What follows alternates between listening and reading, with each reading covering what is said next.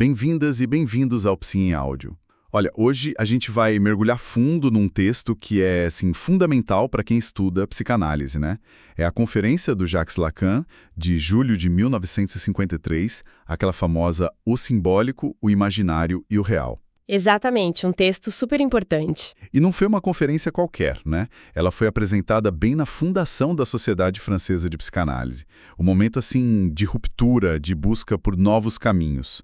O próprio Lacan falou que era tipo um resumo das ideias dele até ali e, mais importante, né, anunciava uma nova direção, o famoso retorno a Freud. Isso mesmo. O contexto ali era uma percepção que o Lacan tinha e outros também, de que talvez a psicanálise estivesse, sabe, meio que se estreitando um pouco. Talvez focando demais em técnica ou em certas teorias e perdendo um pouco daquela força, da radicalidade da descoberta do Freud. Então, o Lacan propõe justamente isso, reexaminar tudo a partir desses três registros que ele articula, o simbólico, o imaginário e o real. Era preciso dar uma sacudida, né? E é bem essa a nossa ideia aqui hoje, tentar desempacotar esses conceitos, sabe? Pensando especialmente em quem está na graduação ou na pós, ou até estudando para concurso de psicologia, Lacan cai muito, né? Então vamos lá. O Lacan começa de um jeito curioso, falando que tem algo do real da pessoa que meio que escapa à análise logo de cara. Como é isso? Ele parte muito da clínica, né? Da experiência com o que se chamava na época de neurose. A pergunta dele é: o que de fato acontece ali na análise? Como é que se passa do consciente para o inconsciente? E que tipo de, sei lá, energia ou satisfação está em jogo ali? E ele logo aponta para uma coisa interessante sobre a satisfação que os sintomas buscam. Ah, sim.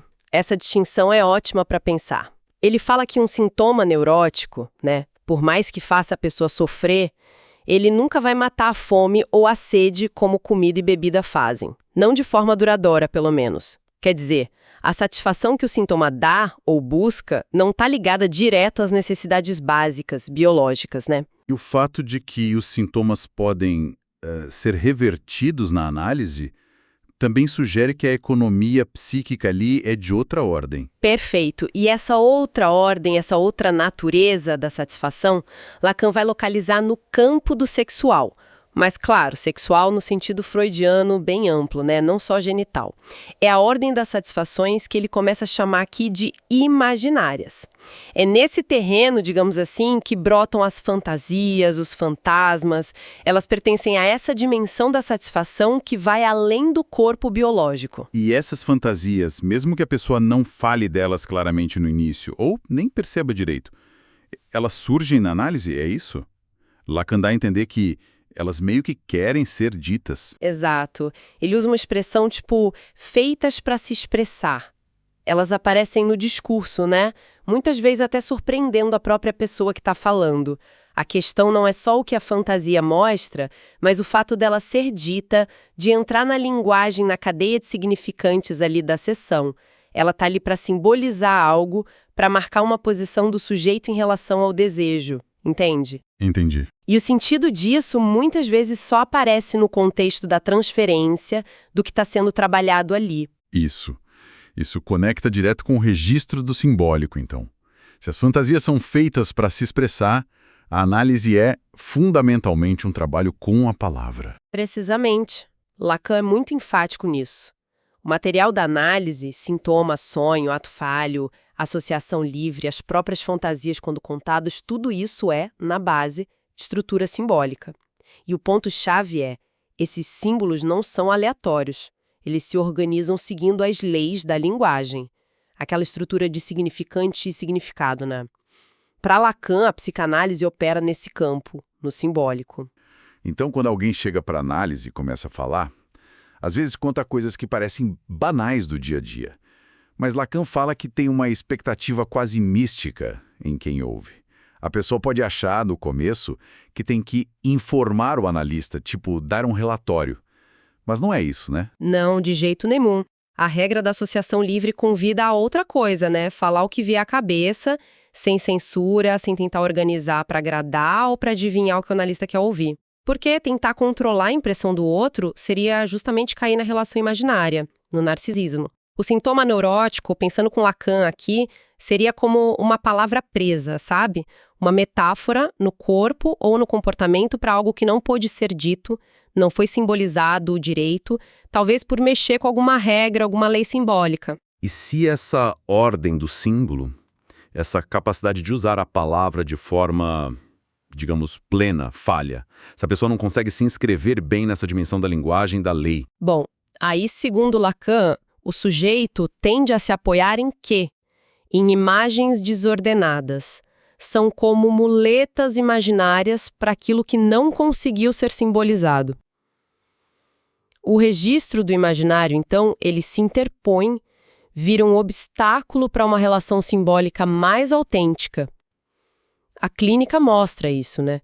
O paciente tentando puxar o analista para esse jogo imaginário, projetando figuras, tentando criar uma relação fechada, a dois. É aí que ele traz o exemplo do homem dos ratos. Isso, exatamente. Lacan usa esse caso clássico do Freud para mostrar como o paciente tentava atualizar ali com o Freud na sessão mesmo aquela relação sádico-anal que marcava a fantasia e os sintomas dele. Ele não estava só contando sobre o pai ou a dívida, ele estava tentando viver aquilo com o Freud, e Freud percebe isso, o que Lacan chama de captar o horror do gozo ignorado pelo próprio sujeito. A resistência ali não era contra o Freud pessoa, mas contra a imagem que ele projetava no Freud, tentando encaixar o analista no seu roteiro imaginário, e isso lá vê uma distinção crucial em Lacan, sujeito do inconsciente versus o eu, o moi. Ah, sim. A famosa distinção sujeito-eu, moi. Isso é central no pensamento dele, como aparece aqui em 53. Aqui o eu, que Lacan escreve moi, né, para diferenciar de outros usos, é apresentado principalmente como uma função imaginária. O moi é aquela instância que nos dá a sensação de unidade, de sermos um eu coeso, tipo a imagem no espelho. Mas, para Lacan, essa unidade é ilusória. É nela que o sujeito do desejo, aquele que aparece nos lapsos, nos sonhos, se aliena, se perde. A análise, então, buscaria permitir que o sujeito se reencontre para além dessa identificação com a imagem do moi. Seria um trabalho constante para separar a palavra verdadeira do sujeito, que é do simbólico, das armadilhas do imaginário centradas no moi. Entendi. Então a parole que circula na análise não é só um jeito de passar informação, uma ferramenta neutra entre o moi do paciente e o analista. Não. Lacan diz que é muito mais. A palavra plena, a parola pleine, tem o poder de ir além da relação imaginária básica com o outro. Aquela relação de espelho, que é sempre tensa, né? De rivalidade, ou de querer se fundir, ou eu ou ele. A palavra introduz uma terceira dimensão, a do símbolo, da lei, do pacto social. E indo mais fundo ainda, Lacan sugere que a palavra cria a realidade humana no seu nível mais básico. O exemplo que ele dá é o das estruturas de parentesco. Estruturas de parentesco? Como assim? Parece um pulo grande, mas é um exemplo forte. Ele diz que a gente confunde muitos termos pai, mãe, filho com as relações biológicas ou afetivas concretas. Só que para a antropologia estrutural, que influenciava Lacan, esses termos funcionam primeiro como símbolos num sistema, uma estrutura que já existe antes dos indivíduos e organiza as trocas, as alianças, as proibições, tipo a do incesto.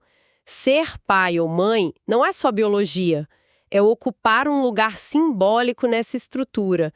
É a linguagem, o simbólico que define isso e permite a cultura. A palavra ordena o mundo social. Nossa, isso é impactante. Então a consequência disso é que uma relação só a dois, sem essa mediação simbólica, corre sempre o risco de ficar presa no imaginário, nesse jogo de espelhos. É uma consequência direta, sim. A relação puramente dual, espelho com espelho, tende a cair nessa cilada imaginária. Rivalidade, fusão, projeção mútua. Para uma relação humana, amorosa, de trabalho, a própria análise ganhar seu valor simbólico pleno, sair dessa captura, o Lacan diz que precisa da mediação de um terceiro elemento. Esse terceiro pode ser a lei, a própria linguagem, uma regra social, um ideal. Algo que introduz distância, diferença, estrutura. E permite que o sujeito se relacione com o outro ou com o desejo de forma mediada, não mais naquela coisa imediata, fusional ou agressiva do imaginário. E ele fala mais sobre como o simbólico lida com a ausência. Essa ideia do terceiro. Sim, ele conecta o símbolo com a dialética da presença e da ausência, que é chave. O símbolo surge para marcar a ausência de algo, mas torna esse algo presente de outra forma. O exemplo clássico que ele lembra é o do túmulo. O túmulo é um símbolo humano por excelência, porque ele presentifica a ausência do morto. Ele inscreve a perda numa ordem cultural, numa memória, impede que o morto seja só esquecido ou tratado como lixo. O símbolo permite lidar com o objeto como conceito, como algo que dura além da existência física. Ele opera na falta. Exploramos bastante o imaginário e o simbólico, essa tensão entre eles. Mas falta o terceiro, o real. Como ele entra aqui na Conferência de 53? Parece o mais misterioso dos três. É verdade, o real é o que aparece de forma mais enigmática aqui em 53. Lacan menciona meio de passagem, define como a totalidade ou instante transcorrido, o que não ajuda muito de cara. Mas ele conecta o real à experiência analítica de um jeito mais concreto.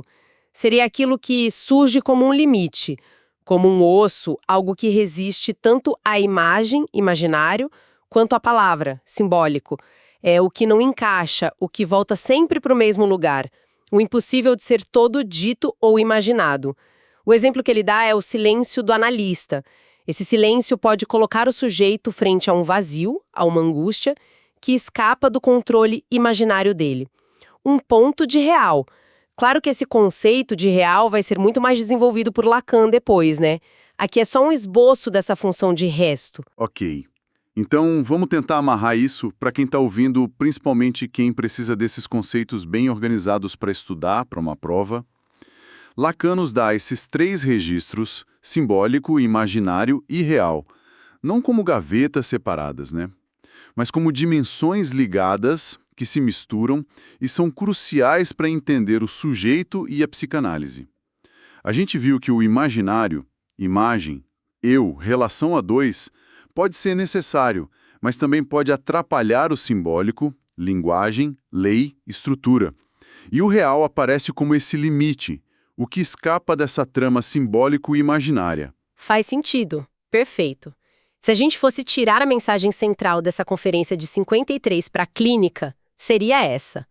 A análise trabalha na articulação desses três registros. O objetivo, em grande parte, é deixar a palavra presa no sintoma circular, pelo simbólico, ajudar o sujeito a ver e atravessar as armadilhas da relação imaginária, o espelho, a agressividade, e poder lidar um pouco com os encontros com o real, o impossível, a angústia, a falta, tudo pela via da palavra dirigida a um outro, esse lugar da linguagem. Simplificando muito, né? Imaginário é imagem e eu.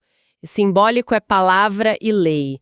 Real é o que escapa. Ter uma noção, mesmo que inicial, dessa tríade S-I-R é sem dúvida essencial para quem estuda ou quer trabalhar com referencial lacaniano, ou mesmo para entender debates na psicologia, na cultura. Abriu muitas portas, né? E talvez um bom ponto para a gente pensar, para quem nos ouve e refletir depois, seja justamente esse. Como essa distinção S-I-R, lá de 53, ainda ajuda ou talvez precise ser repensada para iluminar a clínica e a teoria hoje. Será que esses conceitos ainda dão conta dos desafios da subjetividade atual, das novas formas de sofrimento, dos impasses da nossa cultura? Fica a pergunta, né? Excelente questão para continuar pensando, pesquisando. Bom, esperamos que essa nossa conversa sobre o simbólico, o imaginário e o real na Conferência do Lacan tenha sido útil e esclarecedora para os seus estudos. Para mais discussões como essa, explorando textos e conceitos-chave da psicologia e da psicanálise, siga o nosso canal Psi em Áudio. A gente se encontra na próxima.